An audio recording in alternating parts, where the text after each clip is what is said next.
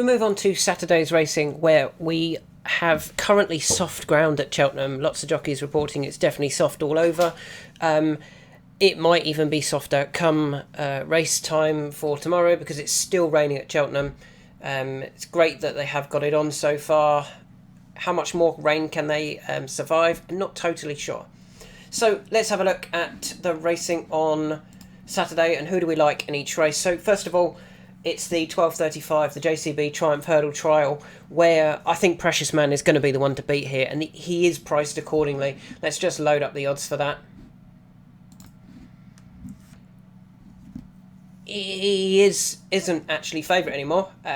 Parchment is now favourite for the David Pipe and Jack Tudor team. Precious Man out to 3, he's 130 in one place, so 3 to 1 is available. It wouldn't surprise me, therefore, if Precious Man was actually withdrawn from the race on the basis of the ground. We've already lost Matty Wu in this race. I think there will be a few more withdrawn on the day because of the ground. These 3-year-olds, they don't want to be tackling too soft or heavy conditions and potentially ruining their career by emptying the wells so early on in their career. I think Precious Man is going to be a very good horse, though, and the reason for that is this is Johnny De La Haye having his first horse with the Skeltons. The Skeltons aren't going to want a moderate horse with Johnny De La Haye. They're going to want a horse that they think can win the Triumph Hurdle at the Cheltenham Festival, because they're going to want this owner to send more horses to them. So I think this Precious Man is going to be one of the highest quality. And it wouldn't surprise me even if this turned up at the Cheltenham Festival at a relatively shortish price, sub 10 to 1 come Cheltenham Festival, because as I said, the Skeltons are not going to want to have a moderate horse with Johnny De La Haye. They're going to want all of these future Grade 1 horses with him, so they're going to want to start off in good style. The second race is the 110, the Amateur Jockeys Handicap Chase, the race that I did highlight that I thought was a very, very good race, with lots coming into it with great chances. Surprisingly, quite a few of them haven't actually been declared, and there's only 3 that I like. We've gone for 2, and we're watching 1. So the 3 that we like are Aurea Fortuna for Tony Martin and Maxine O'Sullivan. Has won a similar race recently under Derek O'Connor, went off even money that day, beating Smallcraft Warning, who's done well since, including 4th in a Cork National last time out. It's one of those horses that, running off a really low weight, just 111 handicap mark, 10 stone 7, that Tony Martin could know that this is well ahead of its mark and go and run a huge race here. The second horse that we like is Kels, for the same connections that won it last year, Neil Mulholland and Paul McKeon. They won it last year with Transmission, who they could have entered this year, or they did have entered but didn't declare. He's going to run in another race on Sunday. Kels, I thought, was really eye-catching at Cheltenham in October. Made the running, or most of the running that day. Lost 2 places in the final strides to go from 2nd to 4th. If it finished 2nd, beaten by the favourite, you'd have gone, it's run a really good race. And I still believe it did run a really good race. That was on its first run back of the season. If it improves for its first run back of the season, you would hope that he would go much closer this year, this time round, and maybe not fade as much as he did right at the finish last time out. If we actually look at last season, he returned at Fontwell and pulled up in a handicap hurdle before then going on to finishing 2nd. I think that's kind of what they had in mind again this year. They don't want to, he was there to run a nice race but not go that close last time out. Tomorrow, I'd imagine, is the day for Kels that they're really going to be trying.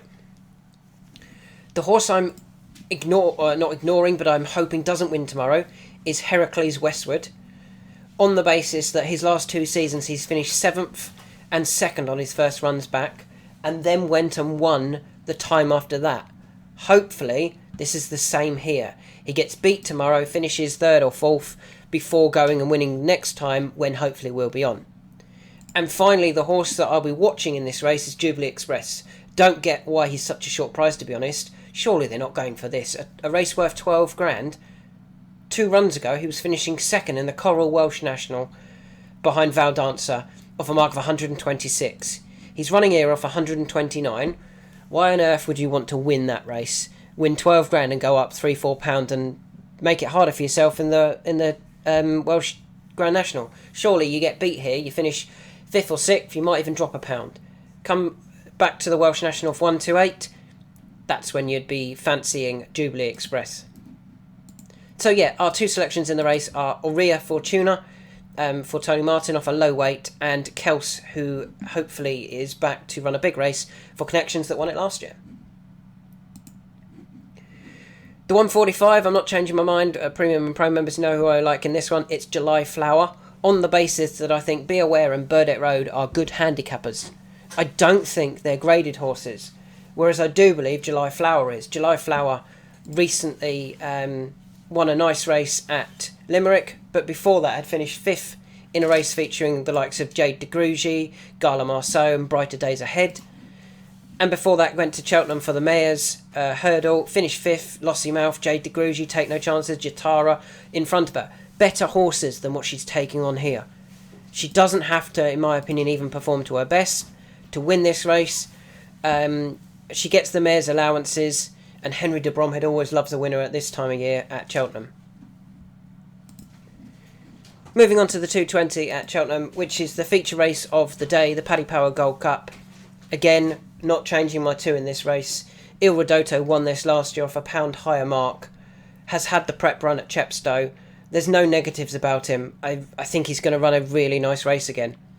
And the second horse that I like is the Company Sergeant, who was last seen over this trip over fences, finishing second to Jaguar at the Cheltenham Festival in the Plate. Better off with that horse in the Jaguar this time around, and I kind of feel Connor gave up after he realised he couldn't get past Jaguar, and that exaggerated the winning distance from Jaguar and the Company Sergeant. I think if Connor had continued riding, he might have lost by half a length rather than the 2 3/4. But I think he realised, I can't actually get past Jaguar. There's no point in me trying. I've already pulled clear of Massacio. Even if I stop riding here, I'm still going to hang on for second, which he did comfortably, another 2 3/4 lengths back to Massacio. With that in mind, the fact that Jaguar went off 3-1 that day, the Company Sergeant went off 4s, the right two horses were there. So why tomorrow, if they went off 3s and 4s, is the Company Sergeant 10s, the Jaguar 4s, when the Company Sergeant is better off in the handicap with him? I think they're going to be really close again. With that in mind, I think the Company Sergeant is overpriced. I mean, this is probably an easier race than the Plate, and yet he only went off 4s for the Plate. I think he's got a great chance here, the Company Sergeant. I think both of those have big chances in the Paddy Power Gold Cup. We move on to the 255, the penultimate race for us. We won't be having a bet in the 4 o'clock, the bumper, but we will have one in the 255, which is the 2 miles 7, 208 yards, so just shy of 3 miles, handicap hurdle. And the horse I like here is Supremely West, on the basis that the Skeltons are trying here, not trying to look after his handicap mark. The concern for this one is obviously he has been qualified for the Temps final. He finished 3rd in a qualifier in October. But they were trying to qualify him for these races a couple of seasons ago. And I don't know whether they really want to waste any more time. He ran in a qualifier. February 2024, he ran in a qualifier and finished 2nd. Do they really want to waste more time trying to get him back to that Temps final? They didn't make it in the 2025 season. I'm hoping that they don't, and they just want to win some races now with him. And yeah, I think he's the one to beat here, and he is being backed accordingly. That form last time out behind who was it behind? Marchand 2 and Electric Mason was really good form. A reproduction of that, and he wins here. He'll beat Long Draw again. He stayed on nicely. I think he was having his first run back, his first run for Dan Skelton. Dan Skelton will know that, yeah, we're going to go here and try and win the race.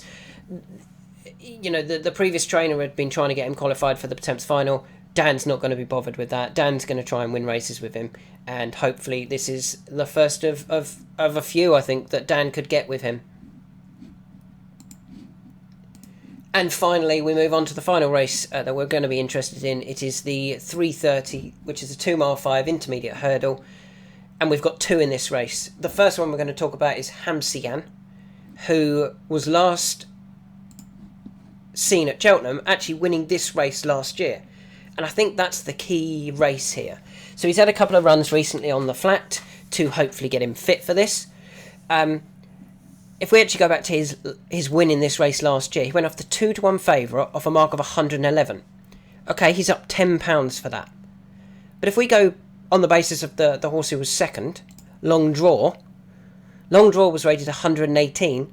He's up £20 since then. So if they reopposed, if Long Draw was in this race, for example, Long Draw would be second favourite, maybe even favourite for this race. And yet he would be £10 worse off with Hamsian, who beat him by 2.5 lengths going away.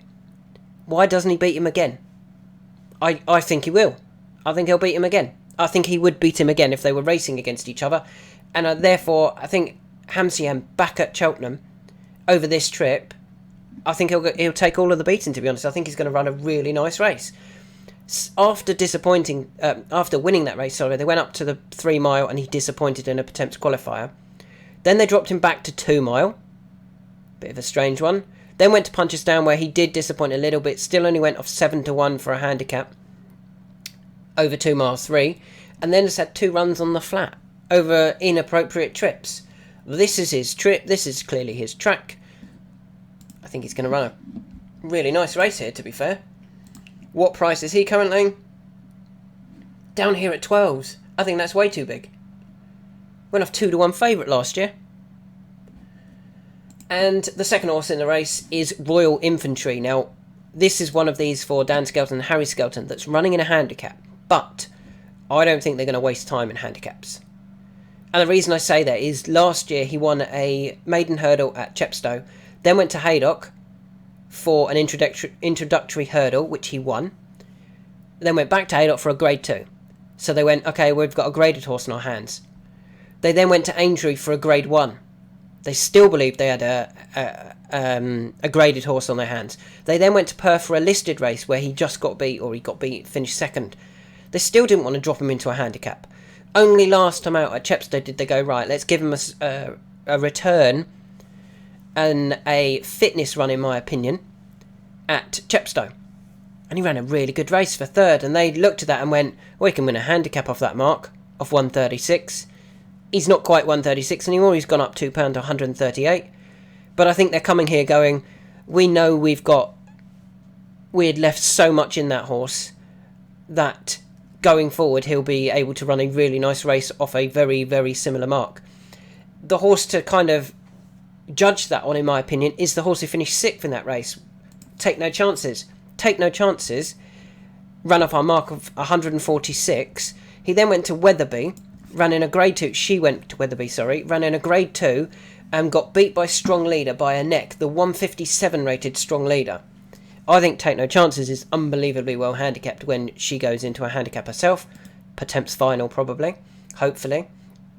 But, yeah, I think Dan ran plenty that day at Chepstow that were just there for spins, fitness runs, and Royal Infantry showed them that he could win a handicap off that mark, and that's why they're coming back to this handicap, and then after that going back into graded races. So they are my selections for Saturday. A quick recap. I think Precious Man will take all of the beating if he is declared in that Triumph Hurdle trial. I also think he will turn up in the Triumph Hurdle as one of the big hopes for England. Aurea Fortuna in the 110 could be unbelievably well handicapped for Tony Martin, whilst Kels looked to have a good fitness run last time out in a similar race and returns as a horse for Connections, who won this race last year. July Flower, I think she's a graded mare, whereas I think the others are just handicappers. Very good handicappers, but handicappers nonetheless. Il Ridotto is £1 higher than when winning this race last year, has had exactly the same prep this year. And the Company Sergeant ran a really good race when second to Jaguar, who is the favourite for this. In the plate, I think he's way overpriced. 255, Supremely West ran a really good third. I don't think Dan Skelton's aiming for the Temps final. He's going to be aiming higher with Supremely West and can win that race, therefore. Hamsian is overpriced for me in the intermediate hurdle, despite being £10 higher. The horse he beat that day is £20 higher. And Royal Infantry, another one for Dan Skelton. I don't think they're going to be wasting their time in handicaps for long, and as such, they can go and win this and then go back into graded races with him.